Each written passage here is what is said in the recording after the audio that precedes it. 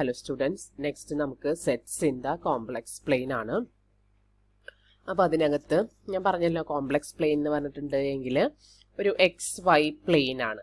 അപ്പോൾ ഈ തിയറി നിങ്ങൾക്ക് നന്നായിട്ട് അറിയണം കേട്ടോ. ഈ തിയറി അറിഞ്ഞാലാണ് ഇനി പറയാൻ പോകുന്ന ചാപ്റ്ററുകളിലെ കാര്യങ്ങൾ നിങ്ങൾക്ക് മനസ്സിലാവുള്ളൂ. അപ്പോൾ ഇവിടെ മുതൽ ഈ തിയറി നന്നായിട്ട് പഠിക്കുക.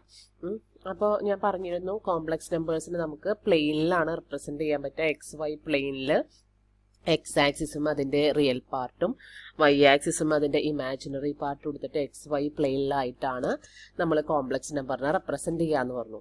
അങ്ങനെ കോംപ്ലക്സ് നമ്പേഴ്സിനെ ഏത് കോംപ്ലക്സ് നമ്പറിനെ നമുക്ക് ആ പ്ലെയിനിൽ റെപ്രസെൻറ്റ് ചെയ്യാം. അങ്ങനെ കോംപ്ലക്സ് നമ്പേഴ്സിനെ കണ്ടെയ്ൻ ചെയ്യുന്ന ആ പ്ലെയിനിനെയാണ് നമ്മൾ കോംപ്ലക്സ് പ്ലെയിൻ എന്ന് വിളിക്കുന്നത്. അപ്പോൾ വളരെ തിക്കായിട്ട് കൺജസ്റ്റഡ് ആയിട്ട് ഇങ്ങനെ നിറയെ കോംപ്ലക്സ് നമ്പേഴ്സ് എക്സിസ്റ്റ് ചെയ്യുന്ന ഒരു പ്ലെയിനാണ് നമ്മുടെ XY പ്ലെയിൻ.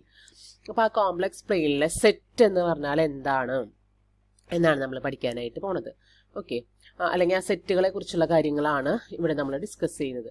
ഒരു റിയൽ ലൈമുള്ള ഒരു സെറ്റ് പറഞ്ഞാൽ നിങ്ങൾക്ക് എഴുതാൻ അറിയാം അല്ലേ. സെറ്റ് 1 2 3 4 5 6 7 8 9 10 ഇൻറ്റീജേഴ്സിൻ്റെ സെറ്റ്, അല്ലെങ്കിൽ നമ്മുടെ ഓപ്പൺ ഇൻ്റർവെല്ലോ ക്ലോസ്ഡ് ഇൻ്റർവെല്ലോ ഒക്കെ റിയൽ ആക്സിസും എടുത്തിട്ടുണ്ടെങ്കിൽ അതൊക്കെ ഓരോ സെറ്റുകളാണ് അല്ലേ. ആ സെറ്റിൻ്റെ ഉള്ളിൽ അവരെ നമുക്ക് ലിസ്റ്റ് ചെയ്യാനായിട്ട് പറ്റും.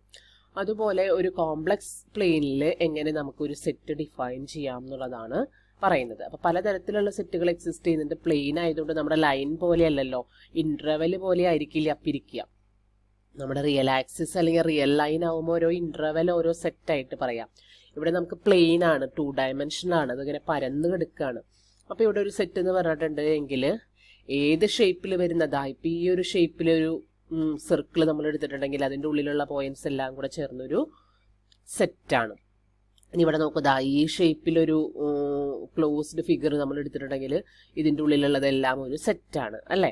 അപ്പോൾ ഇവിടെ പ്ലെയിനിലൊരു സെറ്റ് എന്ന് പറഞ്ഞാൽ ഇങ്ങനെയുള്ള ഓരോ ക്ലോസ്ഡ് ആർക്കുകളുടെ ഉള്ളിൽ അല്ലെങ്കിൽ ക്ലോസ്ഡ് കർവുകളുടെ ഉള്ളിൽ വരുന്ന പോയിന്റ്സിൻ്റെ കളക്ഷനാണ് ഒരു സെറ്റ് എന്നുള്ളതുകൊണ്ട് ഉദ്ദേശിക്കുന്നത്. അത് ഏത് ഷേപ്പിൽ വേണമെങ്കിലും ആവാം, ട്രയാങ്കിൾ ആവാം, റെക്റ്റാങ്കിൾ ആവാം, സർക്കിൾ ആവാം, നമുക്ക് പേരറിയാത്ത ഷേപ്പിലുള്ള ഏതെങ്കിലും ഒരു ആർക്കാവാം.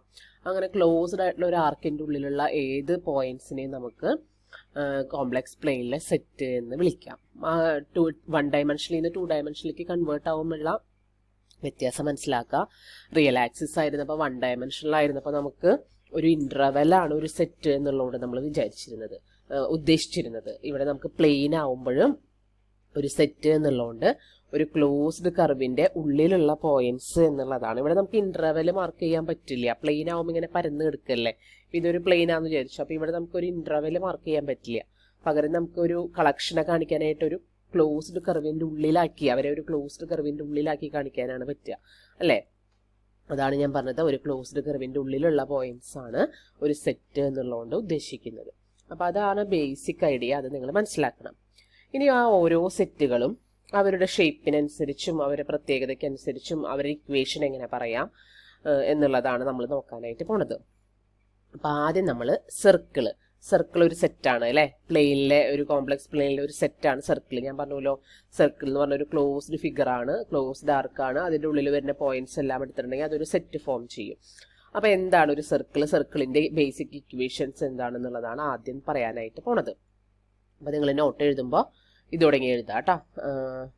Suppose naught equal to x0 plus iy0 and mod z minus z0 is equal to root of x minus x0 whole square plus y minus y0 whole square is the distance between the points z equal to x plus iy and z0 is equal to x0 plus iy0. തിരിച്ചെഴുതിയാലും മതി. Suppose z0 equal to x0 plus iy0 and z equal to x plus iy. Then zed minus set naught ആദ്യം എഴുതുക, എന്നിട്ട് mod എഴുതിയാൽ മതി.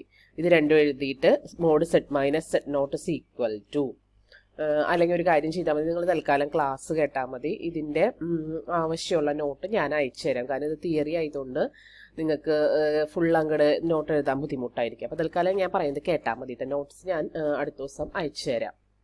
Okay, എന്നിട്ട് എഴുതിയാൽ മതി. അപ്പോൾ mod set minus set not കണ്ടുപിടിക്കുന്നതിന് മുമ്പ് ആദ്യം സെറ്റ് മൈനസ് സെറ്റ് നോട്ട് ഒന്ന് എഴുതി നോക്കാം. സെറ്റ് മൈനസ് സെറ്റ് നോട്ട് എഴുതി നോക്കുമ്പോൾ എന്ത് വരും? ഇവിടെ റിയൽ പാർട്ടും സബ്ട്രാക്ട് ചെയ്യുക, ഇമാജിനറി പാർട്ടും സബ്ട്രാക്ട് ചെയ്യുക. അപ്പോൾ എന്ത് വരും? X minus X not plus i into Y minus Y not എന്ന് വരും അല്ലേ. എന്നിട്ട് അതിൻ്റെ മോഡുലസ് വാല്യൂ എടുക്കുമ്പോഴോ root of X minus X not whole square plus Y minus Y not whole square എന്ന് കിട്ടും. നമുക്കറിയാം ഈ ഫോർമുല എന്ന് പറയുന്നത് ഡിസ്റ്റൻസ് ഫോർമുലയാണ് അല്ലേ. ഡിസ്റ്റൻസ് ഫോർമുല 2 പോയിന്റ്സിന്റെ ഡിസ്റ്റൻസ് കാൽക്കുലേറ്റ് ചെയ്യുന്ന ഫോർമുലയല്ലേ. അപ്പോൾ ഈ ഡിസ്റ്റൻസ് ഫോർമുലയാണ് നമുക്ക് mod Z minus Z not ആയിട്ട് കിട്ടുന്നത്. It is the distance between this 2 points. Okay, അപ്പോൾ mod Z minus Z not equal to rho, ആ ഡിസ്റ്റൻസ് റോ ആണ് എന്ന് വിചാരിക്കാം. Where rho is greater than 0, lie on a circle of radius rho centred at the point Z not. അപ്പോൾ mod Z minus Z not equal to rho എന്ന് പറഞ്ഞാൽ Z naught centre ആയിട്ട് വരുന്ന raw റേഡിയസിലുള്ള സർക്കിളിനെയാണ് ഉദ്ദേശിച്ചിരിക്കുന്നത്. Z എന്ന് പറഞ്ഞിട്ടുണ്ടെങ്കിൽ Z naught centre ആയിട്ട് വരുന്ന റോ റേഡിയസിലുള്ള സർക്കിളിൻ്റെ ഉള്ളിൽ കിടക്കുന്ന പോയിന്റ്സ് എന്നാണ് ഉദ്ദേശിച്ചിരിക്കുന്നത്. എന്ന് വെച്ചിട്ടുണ്ടെങ്കിൽ മൊത്തത്തിൽ ആ സർക്കിളിൻ്റെ ഇക്വേഷനാണ്. അപ്പോൾ സെഡ് നോട്ട് സെൻറ്ററും റോ റേഡിയസും വരുന്ന സർക്കിളിൻ്റെ ഇക്വേഷനാണ് mod Z minus Z not equal to rho. അപ്പോൾ അത് ശ്രദ്ധിച്ച് പഠിക്കുക കേട്ടോ. Mod z minus z not equal to rho represents a circle having radius rho and centered at z naught. Okay, അപ്പോൾ ഇതാണ് ബേസിക് ഇക്വേഷൻ, ഒരു സർക്കിളിൻ്റെ ബേസിക് ഇക്വേഷൻ. ഇനി അടുത്തൊരു എക്സാമ്പിൾ നോക്കാം. Mod z equal to 1 is the equation of a unit circle centered at the origin. Mod z equal to 1 എന്ന് പറയുമ്പോൾ ഇവിടെ zed minus Z naught, mod Z minus zed നോട്ടിൽ zed നോട്ടിന്റെ പ്ലേസിൽ 0 ആണ് അല്ലേ. 0 0 0 0 എന്ന് വെച്ചാൽ ഒറിജിനാണ്, പ്ലെയിനിലെ ഒറിജിനാണ് 0 0 എന്ന് പറയുന്ന പോയിന്റ്. അപ്പോൾ 0 എന്ന് പറയുന്നത് ഒരു കോംപ്ലക്സ് നമ്പർ ആണ്. 0 എന്ന് പറയുന്ന കോംപ്ലക്സ് നമ്പറിന് നമുക്ക് 0 പ്ലസ് I0 എന്ന് എഴുതാമല്ലോ. അപ്പോൾ ഇവിടുത്തെ സെഡ് നോട്ട് എന്ന് പറഞ്ഞിട്ടുണ്ടെങ്കിൽ ഒറിജിൻ 0 ആണ്, ഇവിടുത്തെ റോയുടെ പ്ലേസിൽ 1 ആണ്. അപ്പോൾ ഇതെന്ന് പറഞ്ഞിട്ടുണ്ടെങ്കിൽ ഒറിജിൻ സെൻറ്റർ ആയിട്ട് 1 റേഡിയസിലുള്ള സർക്കിളിൻ്റെ ഇക്വേഷനാണ്. നമ്മൾ അങ്ങനത്തെ സർക്കിളിനെ ഒറിജിൻ സെൻറ്റർ ആയിട്ട് 1 റേഡിയസിലുള്ള സർക്കിളിനെ യൂണിറ്റ് സർക്കിൾ എന്നാണ് വിളിക്കാറ് അല്ലേ. അപ്പോൾ ഇത് യൂണിറ്റ് സർക്കിളിൻ്റെ ഇക്വേഷനാണ്. പഠിച്ചു വയ്ക്കാട്ട് അതൊക്കെ ബൈ ഹാർട്ട് ചെയ്യുക. മോഡ് സെഡ് ഈക്വൽ ടു 1 എന്ന് പറഞ്ഞാൽ യൂണിറ്റ് സർക്കിളാണ്. ഇനി mod Z minus 1 minus 2y equal to 5. ഇതൊക്കെ ഈ ഇക്വേഷൻ നമുക്ക് ഈ ഫോമിലേക്ക് എങ്ങനെ കൺവേർട്ട് ചെയ്യാം? ഇതിന്റെ സെന്ററും റേഡിയസ് ഐഡന്റിഫൈ ചെയ്യാൻ റേഡിയസ് 5 ആണ്. ഇതിന്റെ സെഡ് മൈനസ് സെഡ് നോട്ട് എന്നുള്ള ഫോമിലേക്ക് ആക്കുമ്പോൾ ഇതിൽ നിന്ന് രണ്ടിന്നും കൂടി ഒരു മൈനസ് ഔട്ട് സൈഡ് എടുത്ത് എന്ത് വരും? മോഡ് സെഡ് മൈനസ് ഒരു മൈനസ് ഔട്ട് സൈഡ് പോകുന്ന കഴിഞ്ഞാൽ ഇതിനെ നമുക്ക് 1 പ്ലസ് 2y എന്ന് എഴുതാം അല്ലേ. എന്നാലല്ലേ മൈനസ് ഔട്ട് സൈഡ് പോരുള്ളൂ. അപ്പൊ Z minus 1 plus 2y is equal to 5. അപ്പൊ സെഡ് നോട്ടിന്റെ പ്ലേസിൽ 1 പ്ലസ് 2y ആണ് വരിക. It is the equation of a circle of radius 5 and centered at 1 plus 2i. Okay, അങ്ങനെ ഐഡന്റിഫൈ ചെയ്യാം. തന്നിരിക്കുന്ന കർവിനെ ഐഡന്റിഫൈ ചെയ്യാനായിട്ട് പഠിക്കാം. അപ്പോൾ ആ ബേസിക് ഇക്വേഷൻ അറിയാമെങ്കിൽ നമുക്കത് ഐഡന്റിഫൈ ചെയ്യാനായിട്ട് പറ്റും. ഇനി അടുത്തത് എന്താ പറഞ്ഞിരിക്കുന്ന കാര്യങ്ങൾ നോക്കാം. The points Z satisfying the inequality mod Z minus Z not less than rho greater than 0 lie within but not on a circle of radius rho centered at the point z naught. ഇപ്പോൾ mod Z minus Z naught less than rho എന്ന് പറഞ്ഞിട്ടുണ്ടെങ്കിൽ raw നമുക്കറിയാം positive ആയിട്ടുള്ള ഒരു ക്വാണ്ടിറ്റിയാണ്, അതായത് radius ആണ്. അപ്പോൾ mod Z minus Z naught less than rho എന്ന് പറഞ്ഞിട്ടുണ്ടെങ്കിൽ അതിൻ്റെ മീനിങ് ഇതാണ്.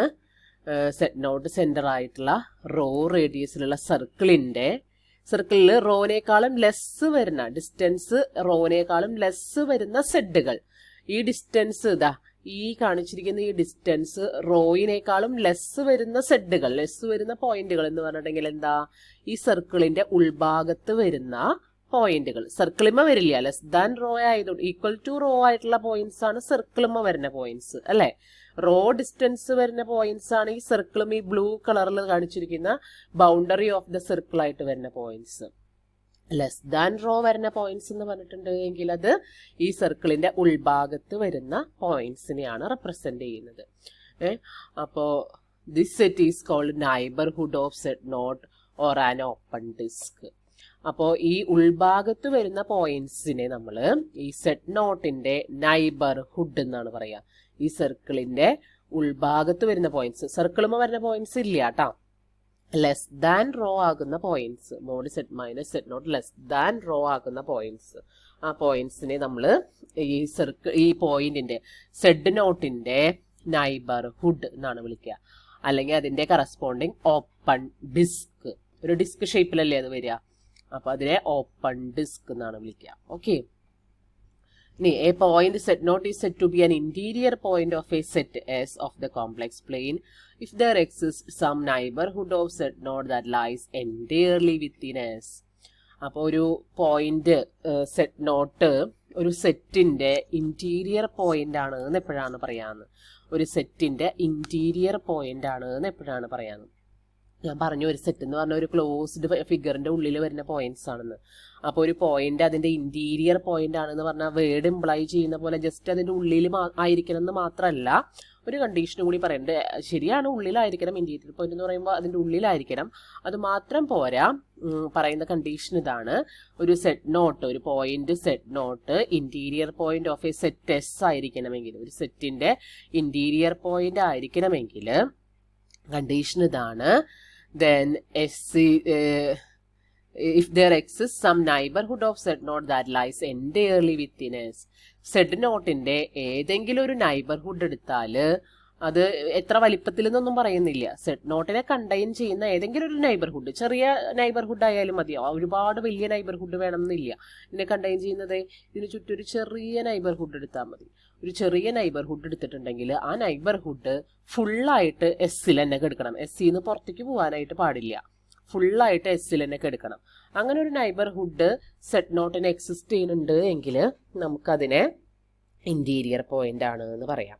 ഓക്കെ, അപ്പോൾ ഒരു പോയിന്റ് അത് സെന്ററിലുള്ള പോയിന്റ് ആയിരിക്കണം എന്ന് നിർബന്ധമൊന്നുമില്ല കേട്ടോ. ഇങ്ങോട്ടൊക്കെ നീങ്ങിയിട്ടുള്ള പോയിന്റ് ആവാം. ഏതെങ്കിലും ഒരു പോയിന്റ് ഒരു സെറ്റിന്റെ ഇന്റീരിയർ പോയിന്റ് ആണ് എന്ന് പറയണമെങ്കിൽ അത് ഉള്ളിൽ മാത്രമായാൽ പോരാ. കണ്ടീഷൻ ഇതാണ്: ആ പോയിന്റിന് ചുറ്റും ഒരു നൈബർഹുഡ് നമ്മൾ കൺസിഡർ ചെയ്തിട്ടുണ്ടെങ്കിൽ, നൈബർഹുഡ് എന്താ പറഞ്ഞെന്നുള്ളത് മനസ്സിലായല്ലോ.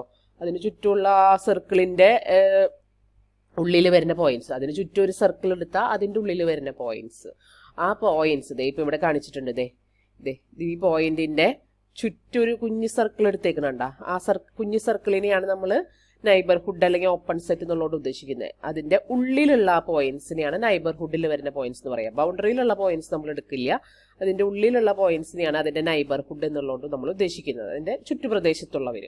ഓക്കെ, അങ്ങനെ ഒരു നൈബർഹുഡ് എടുത്താൽ അത് കംപ്ലീറ്റ്ലി വിത്തിൻ എസ് ആയിരിക്കണം. കണ്ട, ഇപ്പൊ ഇവിടെ ഈ പോയിന്റിന്റെ ഈ നൈബർഹുഡ് എടുത്തപ്പോൾ അത് ഈ ബ്ലൂ കളറിൽ കാണിച്ചിരിക്കുന്നതാണ് എസ്. കംപ്ലീറ്റ്ലി ആ എസിന്റെ ഉള്ളിൽ തന്നെ കിടക്കുന്നുണ്ട്. കണ്ട, അപ്പൊ ഇത് ചെറുതാക്കി എടുത്താലും മതി കേട്ടോ, കുറച്ചും കൂടെ വേണമെങ്കിൽ റേഡിയസ് കുറച്ചെടുത്താലും മതി. പക്ഷെ ഈ ബൗണ്ടറി പോയിന്റിൽ നിന്ന് ഒരു പോയിന്റ് എടുത്ത് നോക്കിയേ, അതിന് ചുറ്റും എങ്ങനെ നമ്മൾ സർക്കിൾ വരയ്ക്കാൻ നോക്കി, ഒരു നൈബർഹുഡ് വരയ്ക്കാൻ നോക്കിയാലും അത് കുറച്ച് ഈ സെറ്റിന് പുറത്തേക്ക് പോകും. അപ്പൊ അത് ഇന്റീരിയർ പോയിന്റ് ആയിട്ട് വരില്ല.